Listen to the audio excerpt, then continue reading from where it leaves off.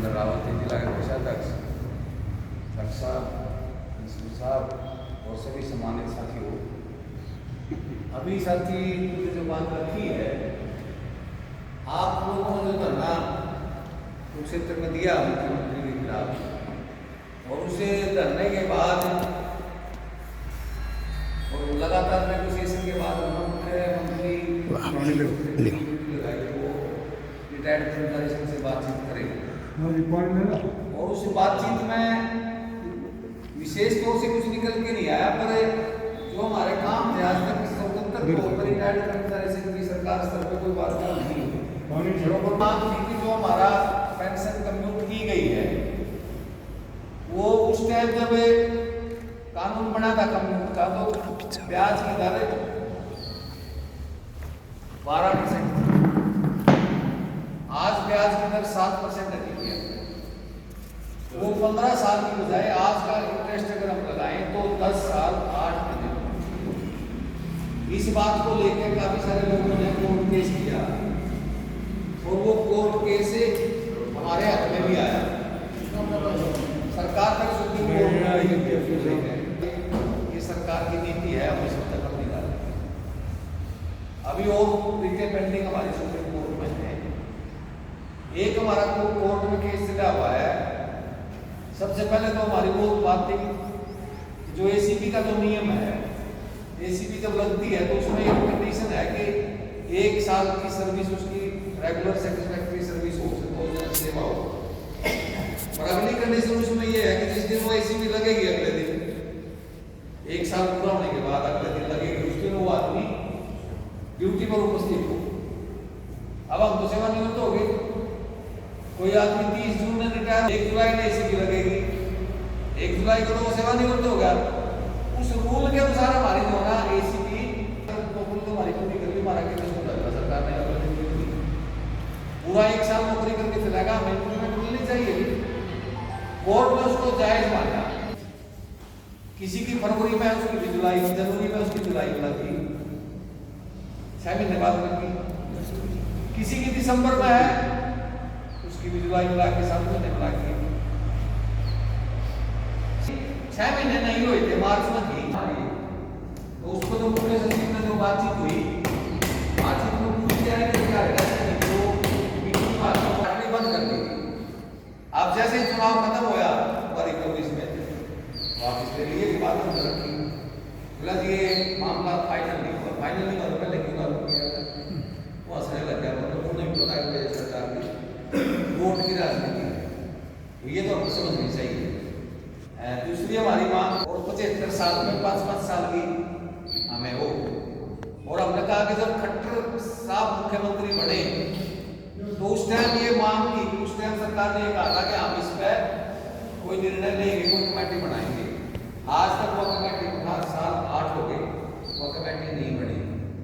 साल के बाद 20% की नौकरी मिलती है। अब तो जो ना स्वास्थ्य भी बहुत बढ़िया है, लोगों की सुविधा भी बढ़िया मिलती है। आप 80 साल, हिमाचल में 70 के बाद 5% है, 75 के बाद फिर 5% है, मतलब हर 5 साल हर साल में 1% बढ़ोतरी करती है। जैसे इंक्रीमेंट हमारी 3% की लगती थी ना, राजस्थान सरकार पेंशन हमारी हर साल 1% बढ़ोतरी करती है। वही तरह से हमारी गिरिजा, तो उसने कहा एक बार आपस में हमारा संपर्क रहेगा तो वो मामला कहीं ना कहीं जाकर 1-2 साल। कारण पहले सरकार की चिट्ठी है कि एलटीसी जो मिलेगी हर साल 25% बजट खर्च होगा। 4 साल का 100% खर्च होगा, परंतु आपने जो कंडीशन लगा दी जारी में, क्या लगा दी कि पहले साल 100 साल के बीच के लोग पेंशन लेंगे।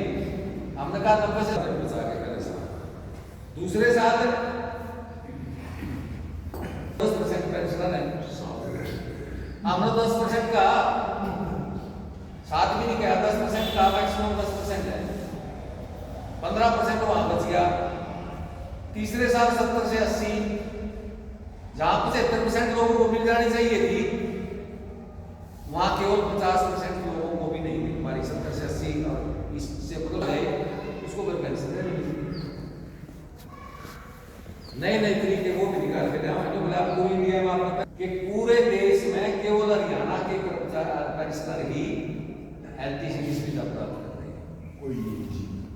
किसी स्टेट में लागू नहीं है। हम तो मांग कर लेते फैमिली पेंशनर की, बोला एलपीसी का मतलब क्या है? Leave travel concession. लीव का मतलब पहले छुट्टी लो, ट्रैवल करो और बाद में कंसेशन ले लो। आप लोग मुझे छुट्टी ले, आपके ऊपर तो पहले की बेसिक लागू होती, आप तो रिटायर हो, तो मतलब हमने कई मांगों को दोनों आपको भी करना पड़ेगा। या मांग हमने उस वाली, लेकिन हमने ये जरूर कहा है उसमें, चाहे वो किसी ट्रेजरी में 90 के आ जाओ, किसी में 80 के आ जाओ, किसी में 70, वो एज ग्रुप पर डिपेंड वो करेगा। इस पर उन्होंने कहा कि आप संज्ञान देंगे मामला हर साल 25 साल से करें, एक बार जाएंगे इस मामले को करेंगे 25% को किसी हर साल में तय करना है। दूसरी इसमें आई नहीं, और वो जब गुजर जाता है आदमी तो उसकी पेंशन की रिकवरी सरकार ब्याज से करती है।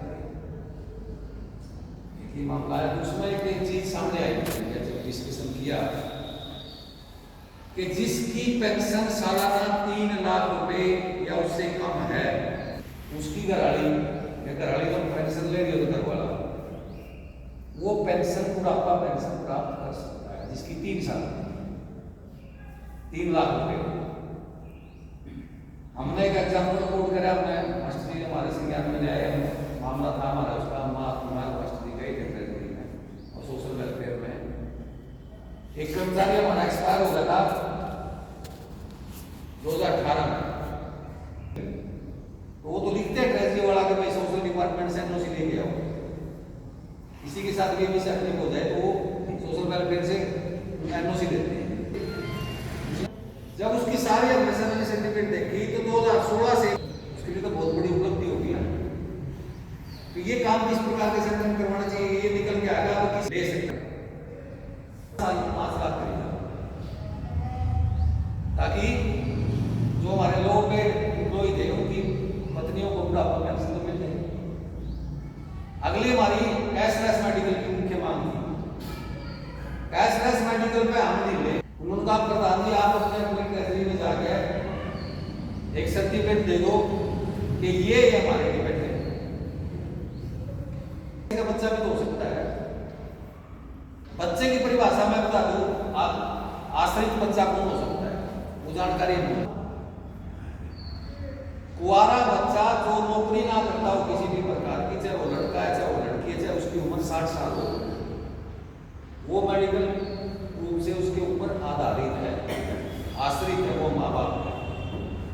आश्रित कौन है, प्रोफॉर्मा है, वो दे देंगे, वो ले लेंगे। हम एक बार अगली मीटिंग में लेके आएंगे, बात करके आएंगे। ये नई चीज निकल के आई ना कि हमें अपने आश्रित डिक्लेयर करके देने पड़ेंगे। टोटली अगर हम अपने आश्रित डिक्लेयर देते हैं तो वो 5 लाख का जो कार्ड है हमारा वो इंप्लीमेंट आगे हम अस्पतालों में बढ़ावा दे देंगे। पर पूर्ण रूप से कैशलेस अभी जब भी हो पाएगा